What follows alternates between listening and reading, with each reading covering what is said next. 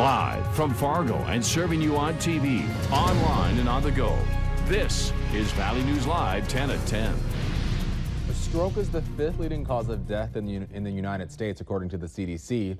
And with that stat in mind, EMTs in our area want everyone to know the warning signs of one, so you don't hesitate to call for help if someone is in distress.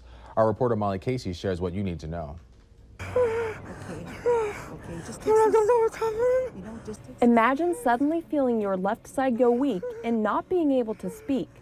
For those that suffer from a stroke, it's all too real.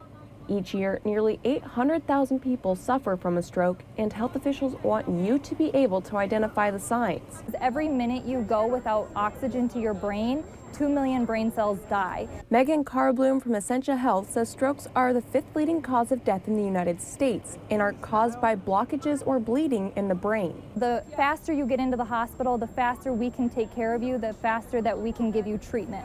They're so afraid of what's happening. Chris Schroeder is a registered nurse and has treated many stroke patients. Not being able to talk, not being able to move your limbs, that is to them unnerving. And while she only played the part of a stroke victim today, Schroeder said the EMTs still took their job very seriously. The EMT comes up, she pretty much said, we're going to take care of you, we're going to bring you to the hospital, you're going to be okay. While today's event was a simulation, the effects of a stroke are very real. And if you remember the first three letters of the word stroke, S for smile, T for talk, and R for raise your hands, you can get somebody life-saving help after experiencing a stroke. From Castleton, Molly Casey, Valley News Live. And again, to hammer home that point, if you or someone you know experiences the symptoms of a stroke, do not wait for the symptoms to subside. Call 911 immediately. Smoke could be seen for miles earlier today as fire crews were trying to put out several grass fires just north of Fargo near the Harwood exit. We don't know yet what caused the grass fires, but we do know it slowed down traffic for drivers for several miles because the smoke was so thick. Thankfully, no crashes were reported because of it. And back to a story that we reported to you earlier. Charges are pending after one person is killed and two are seriously injured in a crash this afternoon. It happened in Fargo when a woman was driving on Cass County Road 31, missed a turn. The car ended up going down an embankment, crashed and went airborne, and landed beside a tree in front of a home. 3 women were in the car at the time, and 2 were thrown from the vehicle. One was found in a tree and another still in the car. They were both taken to the hospital, but the third victim died in the crash. We don't know how the 2 survivors of this crash are doing at this time. The Harbor County Sheriff's Office needs your help to figure out who this woman is on their Facebook page. They say they're looking to identify and speak with the woman from the photos regarding an investigation. If you know her or recognize the silver-colored Jeep she was driving, call Deputy Halbush at 218-732-2588, or you can message them over on their Facebook page. An inmate is on the loose after being taken to a hospital. A Beltrami County Corrections officer took 22-year-old Keanu Major to the hospital after he was hurt in a jailhouse fight with another inmate at the Beltrami County Jail. Now, while at the hospital, Major somehow escaped custody. Then, early Friday morning, Bemidji police responded to a report of a stolen vehicle near Sanford Hospital. It's a tan 2004 Chevrolet Silverado with Minnesota plates with the number 9668 KKY. Police aren't sure if Major was involved in that theft, and he is described as a Native American man, 5 foot 10 inches, weighing around 195 pounds, with black hair and hazel eyes. He also has a neck tat that says Victoria, and police say if you see Major, do not approach him, and you're to call 911 right away.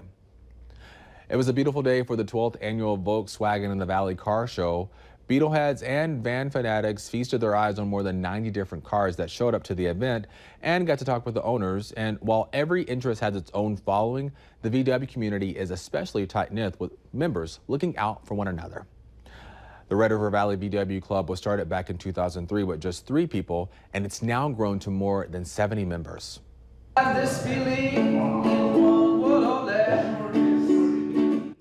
That's the sound of the longest ukulele performance in history taking place here in Fargo. Julian Ruck started playing at around noon yesterday and went non-stop until wrapping up at 6 tonight. He plays from a 4-hour set list that he repeated until breaking the 30 hours and 2 minutes record. Julian opened up the stage for anyone wanting to participate, which included a group that came in around midnight last night and jammed till about 4. But I thought, you know, let's put on an event that will really draw like-minded, community-minded artists, and those 4 hours were magic. Julian will continue traveling the country and breaking the record, playing from city to city.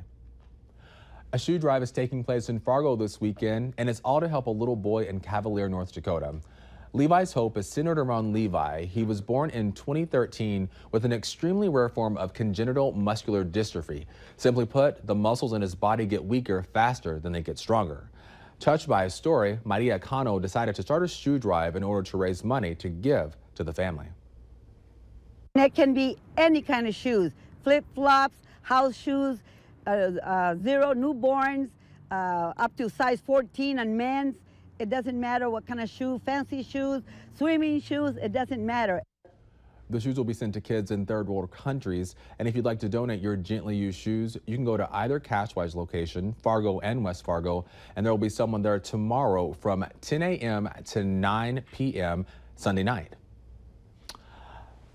Back at home, a powerlifting competition took place at Shanley High School, attracting dozens of lifters from across the area. The event is broken up by men and women along with different weight classes. This was the benching portion of the competition, and though it looks tough, one competitor from Valley City tells us if you're interested, you should go check out your local gym. Anybody can do it. You just have to know that you can, and then just push through it, and then just practice. Practice and practice. This event was a qualifying one for people who want to go on and compete on the national level.